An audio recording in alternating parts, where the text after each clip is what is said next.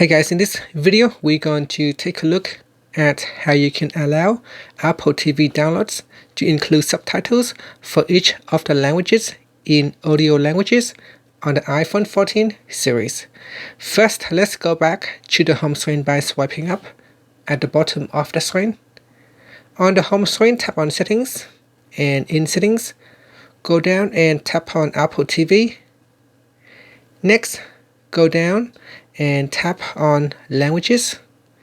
In here, tap on Default Languages.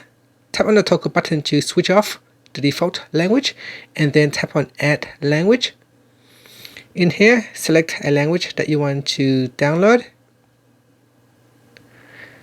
or you can turn on default languages, and this will include subtitles for each of the language in your audio languages.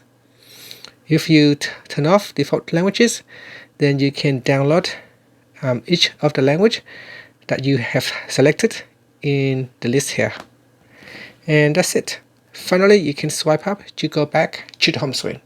Thank you for watching this video. Please subscribe to my channel for more videos.